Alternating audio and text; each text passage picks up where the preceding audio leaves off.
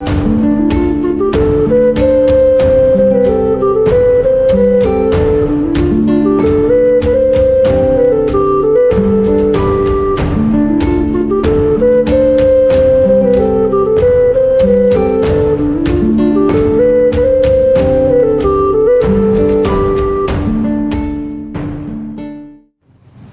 ne fût-ce qu'une fois, ne s'est fait le plaisir de déclamer une fable de La Fontaine? Pour plusieurs, comme pour moi, ce fut le premier face-à-face avec un public, le premier effritement de ma timidité et la première assurance de ma voix. Puis, le raisonnement aidant, me vint une vague d'agacement, comme l'âne que l'on condamne pour avoir grignoté l'herbe du pré d'un moine, et comme la honte du corbeau, alourdi par l'abus du renard. Pour calmer mon agacement, et peut-être le vôtre, je me suis permis de donner le change aux fortes têtes de ces deux fables, et par le fait même, offrir un prix de consolation aux mal-aimés de ces allégories. Alors, allons-y pour ces deux fables agrémentées de leurs après-fables respectives. Lorsqu'une fatalité s'abat sur les humains, depuis des lustres, on y voit une punition du ciel et il se trouve quelqu'un qui invente des coupables au lieu de proposer des moyens de s'en sortir. J'en ai la preuve avec les animaux malades de la peste. Un mal qui répand la terreur, mal que le ciel, en sa fureur, inventa pour punir les crimes de la terre. La peste, puisqu'il faut l'appeler par son nom, capable d'enrichir en un jour l'Achéron, faisait aux animaux la guerre. Ils ne mouraient pas tous, mais tous étaient frappés. On n'en voyait point d'occupés à chercher le soutien d'une mourante vie. Nul mets n'excitait leur envie. Ni loup, ni renard n'épiaient la douce et l'innocente proie. Les tourterelles se fuyaient. Plus d'amour, partant plus de joie. Le lion tint conseil et dit: Mes chers amis, je crois que le ciel a permis, pour nos péchés cette infortune, que le plus coupable de nous se sacrifie au trait du céleste courroux. Peut-être il obtiendra la guérison commune. L'histoire nous apprend qu'en de tels accidents, on fait de pareils dévouements. Ne nous flattons donc point. Voyons sans indulgence l'état de notre conscience. Pour moi, satisfaisant mes appétits gloutons, j'ai dévoré force moutons. Que m'avait-il fait? Nulle offense. Même, il m'est arrivé quelquefois de manger le berger. Je me dévouerai donc, s'il le faut, mais je pense qu'il est bon que chacun s'accuse ainsi que moi. Car on doit souhaiter, selon toute justice, que le plus coupable périsse. Sire, dit le renard, vous êtes trop bon roi. Vos scrupules font voir trop de délicatesse. Eh bien, manger mouton, canaille, sotte espèce, est-ce un péché? Non, non, non, non. Vous leur fîtes, Seigneur, en les croquant, beaucoup trop d'honneur. Et quant au berger, l'on peut dire qu'il était digne de tous ces maux. Étant de ces gens-là qui, sur les animaux, se font un chimérique empire. ainsi dit le renard, et flatteur d'applaudir. On n'osa trop approfondir du tigre, ni de l'ours, ni des autres puissances, les moins pardonnables offenses. Tous les gens querelleurs, jusqu'au simple matin, au dire de chacun, étaient de petits saints. L'âne vint à son tour et dit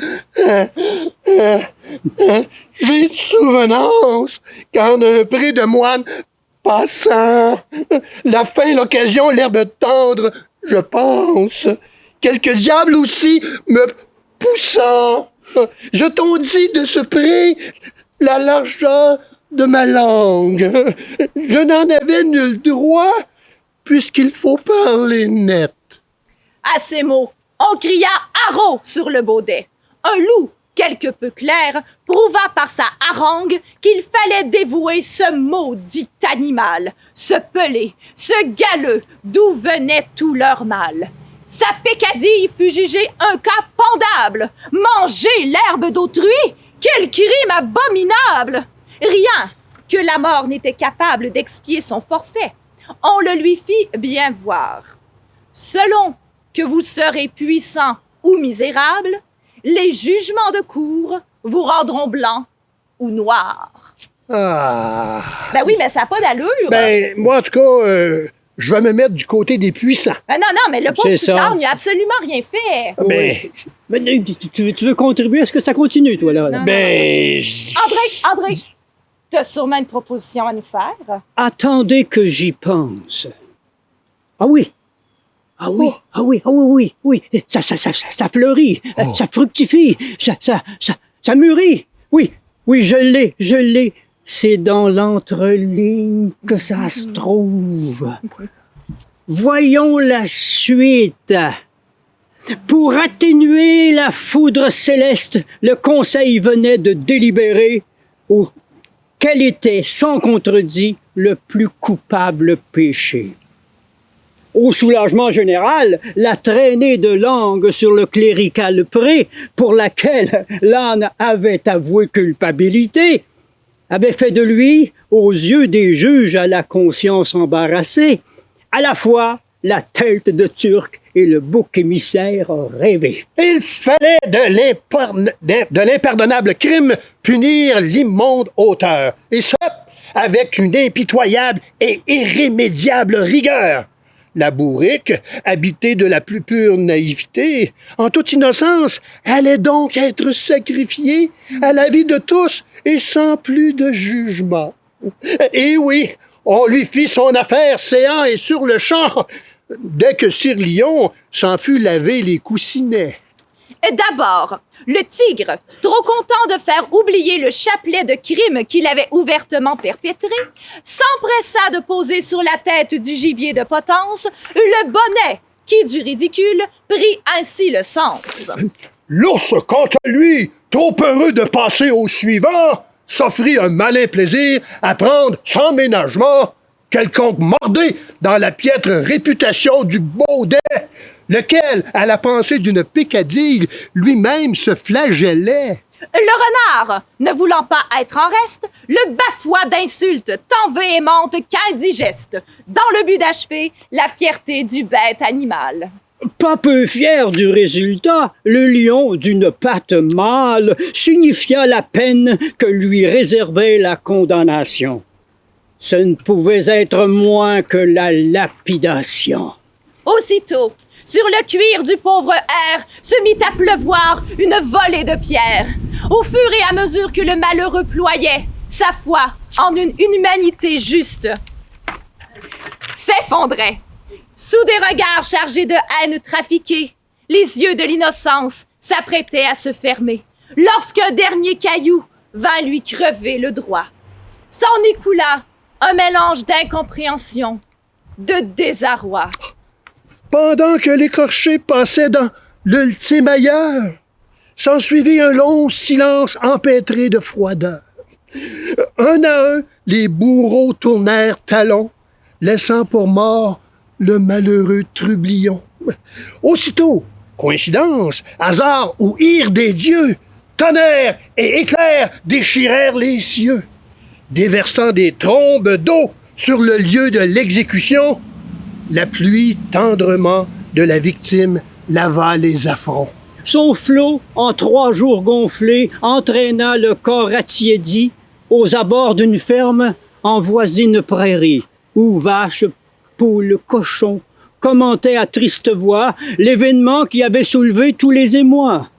Au cœur de leur abattement, un faible gênement orienta leur regard interrogateur sur le champ. Discrétion et prudence étaient devenues leitmotiv au sortir de la condamnation plutôt hâtive. Ils s'approchèrent avec maintes précautions de ce qui semblait être un moribond. Une bouche ouverte laissait la langue pendouiller. Seule Cette dernière paraissait encore animée. Lentement de son apex, elle semblait caresser les brins d'herbe luisants de rosée. À cet instant, ils surent qui était cet infortuné, celui que la justice, pour le salut commun, avait sacrifié. Le Maccabée, supplicié, était revenu à la vie. On leva les yeux au ciel et à grands cris, on lança des « Hosanna au plus haut des cieux! » Quand, avec peine sur ses pattes, le grison se remit, rayonnant au cœur d'un lumineux arc-en-ciel, il émit 3 braiements retentissants et solennels, faisant hommage à la liberté, à la vérité et à la simplicité. Pour parer à la tyrannie, c'était invincible Trinité. On crut tellement ces cris libérateurs qu'on en fit une religion exemplaire. Le temps passant, la naïveté aidant, à titre de grands prêtres, s'invitèrent lions, ours, tigres, renards. Qui, faisant miroiter un monde d'espoir, en firent un nouvel organe de pouvoir. Oui, partout où il y a homme, il y a hommerie. Mais là où il y a de l'humain, il y a de la reconnaissance d'être à bord de cette merveilleuse planète qui, sans faute, après la pluie, nous donne toujours le beau temps.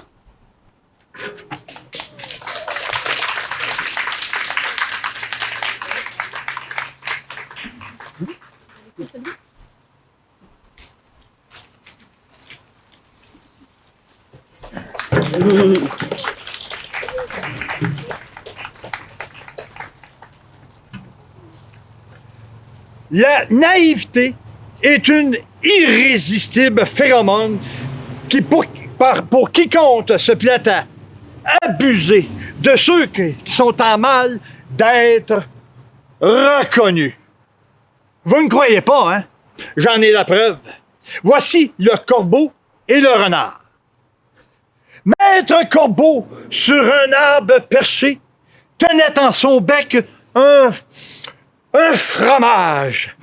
Maître Renard, par l'odeur alléchée, luttait à peu près ce langage. Hey! Bonjour, monsieur du Corbeau, mais que vous êtes joli, que vous me semblez beau. Sans mentir, si votre ramage se rapporte à votre plumage, vous êtes le phénix des hôtes de ces bois. À ces mots, le corbeau ne se sent pas de joie. Et pour montrer sa belle voix, il ouvre un large bec et laissa tomber sa proie.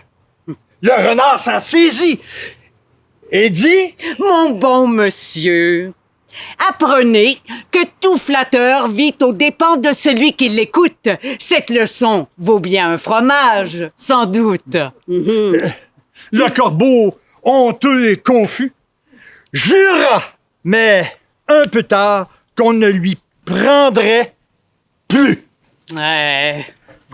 C'est dur. Mais là, c'était injuste, ça. C'est pas correct. C'est pas correct. C'était son fromage à lui. Oui, c'était son fromage à lui. Puis il a volé. Ben oui. Mais il l'a retrouvé. Oui. Ben là, non, je veux dire, c'est injuste. Ça peut pas rester comme ça, là. Ben, qu'est-ce qu'on fait? Demande à André d'écrire de André, quoi. André, je suis capable de nous dépanner. Merci. Je sens que ça nous arrive, là. Ah. Ça nous vient. Rectifions l'histoire. Devant le corbeau hautement éhonté, Renard, plus flatté de la finesse de son gai pied que de l'effluve du fromage à ses pieds tombés, du puant de l'île, n'avait fait qu'une bouchée. Tout dans sa personne respirait la vanité. Tête haute, trop royale, fourrure gonflée. Il allait ici et là, peu importait la destination. Riant sous cap, il se mit à chercher compagnon à qui il pourrait partager l'ingénieuse trame qui avait piégé Maître Corbeau, et ce, ad nauseam. Il s'en régalait à l'avance quand des crampes soudaines l'immobilisèrent, lui poignardant violemment la bedaine. Se tordant de souffrance, criant de douleur, sa fourrure ne tarda pas à pisser la sueur. Puis, la fièvre. Oui, mesdames et messieurs, la fièvre lui façonna morbide mine, inonda d'écume ses frissonnantes babines. Ses yeux hagards, la respiration saccadée, il n'eut d'abord choix que de s'allonger tellement ses entrailles de brûlure se nouaient. Il sentit que la vie de ses frasques le punissait et soupçonna que la mort, déjà pour cela, le rongeait. Au ciel de ses fautes, il demanda pardon et s'ouvrit dans un grand cri à l'ultime abandon. Avant que tout son être ne passe dans l'autre monde, il eut un tiraillement de pensées moribondes. Tout lui était venu ce soudain et fatal martyre qui en un rien de temps le menait à mourir. Le malheureux ne reçut pour toute réponse que l'ombre d'une vulgaire ronce qui se permettait l'ultime insolence de tracer un X sur la fin de son existence. Il ne sut jamais que le fromage, par goinfrerie avalé, sur une amanite tumouche était d'abord tombé. Certes, Renard lui avait trouvé un goût particulier qu'il avait attribué à la touffe d'herbe arrachée dans la même gourmande gueulée. Mais l'heureux aboutissement de la flatterie avait fait fondre le doute du joyeux sans souci. C'est ainsi que le vénéneux champignon, sans l'ombre d'une vindicte, poussa le glouton chapardeur aux portes du grand verdict. Hé! Vous voyez! Maître Corbeau sur son arbre perché! Vous, souriant à l'idée, bientôt que son fromage, il pourrait... exhumer! Merci André, hein? C'est bon. Non, rectifions cette histoire, vraiment, c'est merveilleux. Quand j'y pense, là, un profiteur a beau se réjouir, voire se flatter de s'approprier du bien d'un naïf, mais sa vanité, à force de s'enfler, finira en abcès qui lui crèvera au visage.